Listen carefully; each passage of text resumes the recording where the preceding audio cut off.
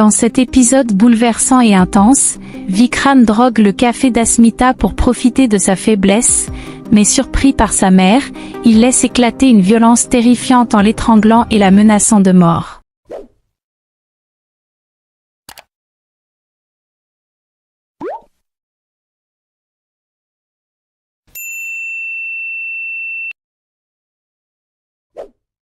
L'épisode commence par Vikram, déterminé et pressé, qui appelle les employés d'un restaurant chic pour leur demander de réserver une table pour deux, lui et Asmita. Au même moment, Asmita entre dans la pièce. Vikram, affichant un léger regret mais essayant de rester chaleureux, se tourne vers elle et lui dit que finalement, ils ne pourront pas aller à leur lune de miel. Alors il a décidé qu'ils déjeuneraient ensemble et espère que cela ne la dérange pas de seulement déjeuner avec lui. Asmita, douce mais réaliste, lui répond calmement que c'est génial, mais que ce n'était pas nécessaire. Après tout, ils avaient prévu cette lune de miel uniquement pour apaiser tout le monde. Puisque c'était la véritable raison, elle ne voit pas pourquoi ils devraient remplacer ce voyage.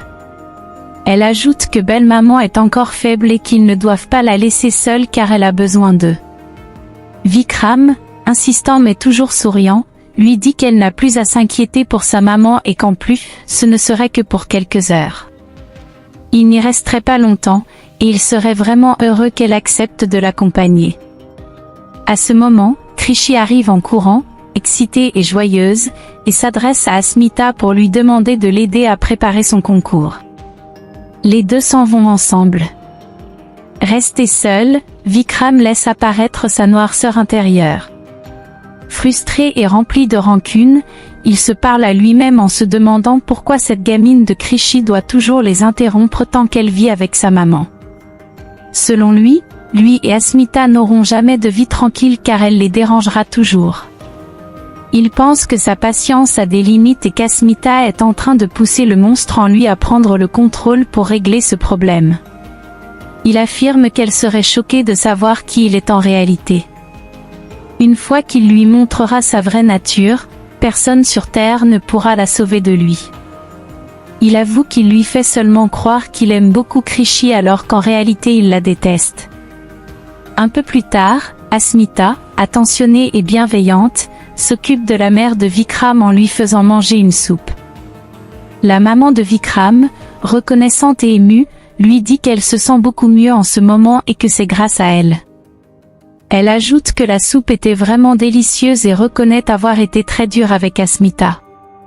Quand Asmita s'en va, la maman de Vikram, restée seule et tourmentée, se parle à elle-même. Elle constate qu'Asmita est vraiment gentille mais ignore comment elle est tombée dans le piège de Vikram. Elle espère qu'Asmita sera assez forte pour s'en libérer avant qu'il ne soit trop tard. Elle se reproche de ne pas l'avoir vue plus tôt et se demande comment elle pourrait aider, car elle n'est qu'une vieille femme fragile alors que Vikram est un homme très dangereux. Un peu plus tard, au salon, Shan, déguisé en professeur, commence à donner des cours de révision à Krishi et Nirvan. Puis, les deux enfants, joyeux et joueurs, commencent une partie de cache-cache. Mais Krishi, en courant, entre dans la chambre de Vikram et se cache dans son armoire. Vikram, sournois et glacial, ferme l'armoire à clé intentionnellement. Il murmure pour lui-même qu'il dit au revoir à Krishi, car il n'y aura désormais plus personne pour venir perturber ses moments avec Asmita. Sans elle, il pourra se rapprocher librement d'Asmita. Quelques minutes plus tard, Krishi, paniqué et effrayé, essaie de sortir de l'armoire mais s'aperçoit que quelqu'un l'a verrouillée. Elle se met à crier à l'aide. De son côté, Asmita, inquiète et agitée, cherche Krishi dans toute la maison mais ne la trouve pas. Peu après, Nirvan informe Shan qu'il jouait avec Krishi mais qu'elle a disparu. Shan, lui aussi préoccupé, commence à chercher la fillette. Finalement, Shan entre dans la chambre de Vikram et entend la voix étouffée de Krishi appelant à l'aide depuis l'armoire. Pris d'un élan de panique, il se précipite, ouvre l'armoire et découvre Krishi évanouie. Affolé, il la sort et la secoue en l'appelant à se réveiller. Après quelques instants, Krishi ouvre faiblement les yeux. Shan, inquiet et soulagé à la fois, lui demande comment elle est entrée là-dedans et ce qu'il se serait passé si quelque chose de grave lui était arrivé. Krishi, encore faible et tremblante, lui répond qu'elle est allée se cacher dans le placard elle-même pour que Nirvan ne la retrouve jamais. Mais quand elle a voulu sortir, quelqu'un a verrouillé la porte. Elle dit qu'elle ne sait pas qui. Un peu plus tard, dans le salon, Vikram, animé par une sombre détermination, verse discrètement des comprimés d'insomnie dans le café d'Asmita. Quelques minutes plus tard, Asmita, qui commence à se sentir faible, s'effondre et perd connaissance. Vikram, observant la scène avec un sourire satisfait, s'approche d'elle et murmure que ce n'est que le sédatif qui fait effet. Il ajoute qu'il peut désormais faire tout ce qu'il veut et qu'avec sa tendre épouse, ils vont enfin pouvoir être un vrai couple et consommer leur mariage. Il la prend dans ses bras, l'amène dans la chambre et la dépose sur le lit.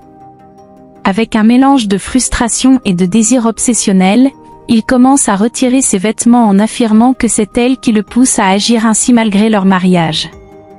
Selon lui, il doit malheureusement utiliser la force pour consommer leur union et insiste sur le fait qu'elle est la seule responsable de tout cela. Il dit qu'elle a réveillé le monstre endormi en lui, qu'il voulait réellement être avec elle, mais qu'elle l'ignorait à chaque fois, gardant toujours une distance entre eux. Il conclut que cette fois, leur mariage sera consommé. C'est alors que la mère de Vikram, inquiète et bouleversée, entre dans la chambre. En voyant la scène, elle lui demande ce qu'il est en train de faire à Asmita. Elle dit qu'elle croyait qu'il avait changé, mais qu'en réalité, il reste le même monstre qu'il était auparavant, celui qui avait maltraité sa première femme.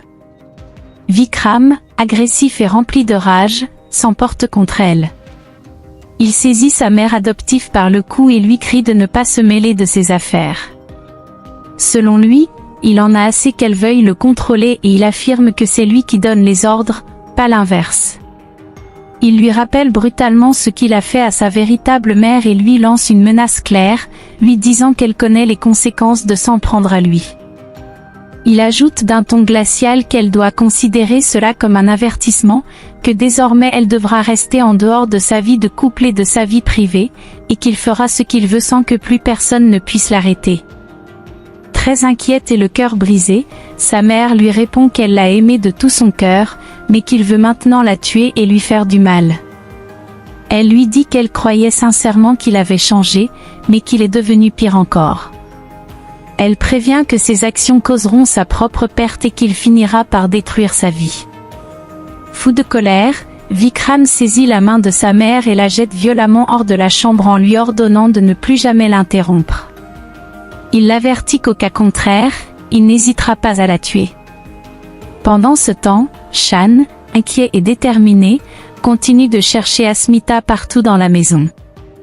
Dans la chambre, Vikram, resté seul avec une Asmita toujours inconsciente sous l'effet des sédatifs, lui parle d'un ton possessif et cruel. Il dit qu'elle a fait le bon choix en abandonnant Shan, car ce dernier ne méritait pas une femme comme elle. Selon lui, Shan ne viendra même pas la sauver cette fois, et il continue à enlever le reste de ses vêtements. Un peu plus tard, Shan frappe violemment à la porte de la chambre où se trouvent Vikram et Asmita. Vikram, surpris, se lève et ouvre la porte.